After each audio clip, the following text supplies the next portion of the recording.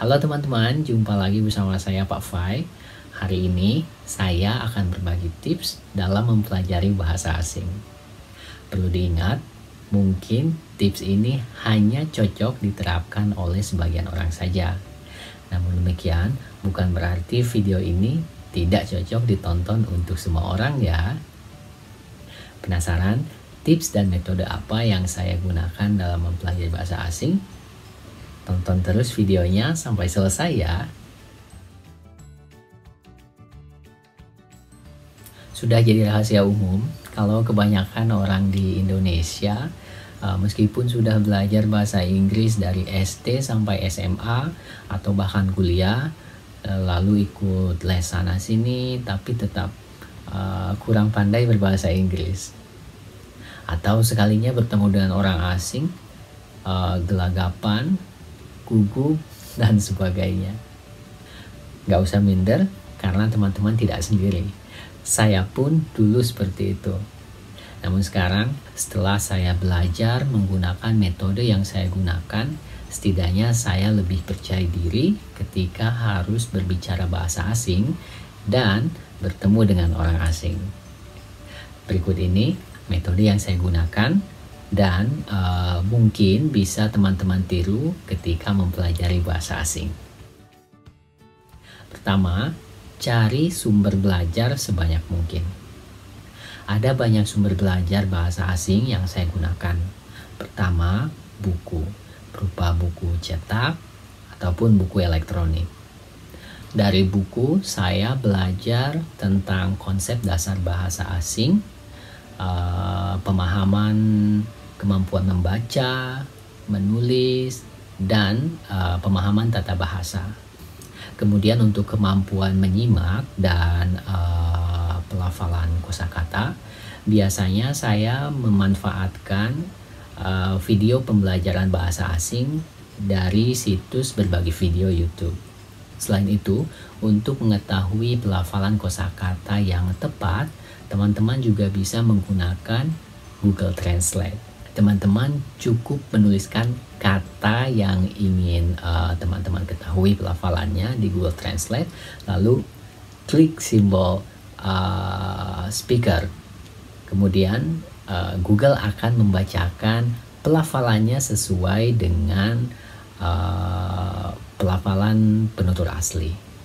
Untuk menambah perbendaharaan kosakata, saya biasanya menonton tayangan berbahasa asing berupa film, drama, dokumenter, ataupun berita melalui internet.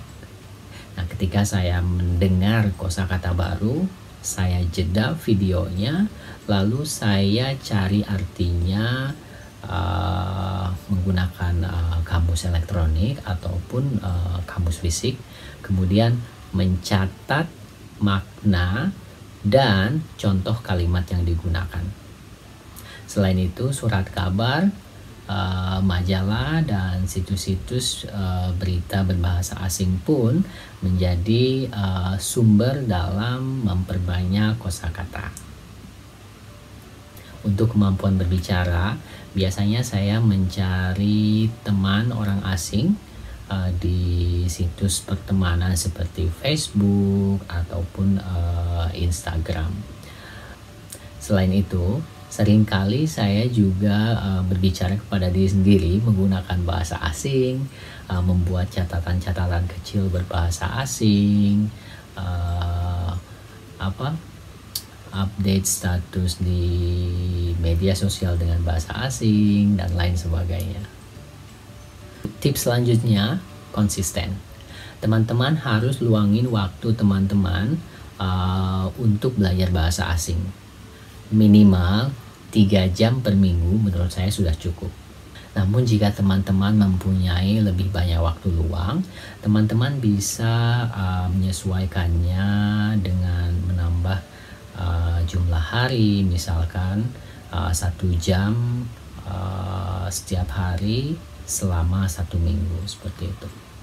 Dulu saya pernah menyempatkan waktu belajar 4 jam setiap hari selama 1 bulan hanya untuk menyelesaikan 1 level buku. pada saat itu saya memang mempunyai target untuk bisa mengikuti ujian bahasa asing di akhir bulan. Nah, untuk itu saya berusaha sekuat tenaga untuk dapat menyelesaikan satu level buku tersebut sebelum ujian dimulai. Tips yang ketiga, praktik. Ya, kita harus mempraktikkan bahasa asing yang sedang kita pelajari. Kita bisa mempraktikannya dengan orang-orang di sekitar kita. Bisa sahabat, keluarga, orang asing di sosial media kita, atau bahkan pacar mungkin. Nah, jika hal ini tidak memungkinkan, teman-teman masih dapat mempraktikannya sendiri kok. Dengan cara membuat catatan-catatan kecil berbahasa asing, rajin update status di media sosial menggunakan bahasa asing, atau mengikuti cara saya yang sebelumnya saya sebutkan tadi, berbicara kepada diri sendiri dengan menggunakan bahasa asing. Memang terlihat konyol, tapi cara ini cukup efektif. Tips yang keempat, gunakan Google Translate. Jangan bingung ketika teman-teman menemukan kosakata baru dan tidak tahu atau ragu cara melafalkannya. Teman-teman cukup ketik kata tersebut di Google Translate, lalu klik tombol speaker dan dengarkan pengucapan yang diucapkan oleh Google Translate. Cara ini cukup efektif menurut saya.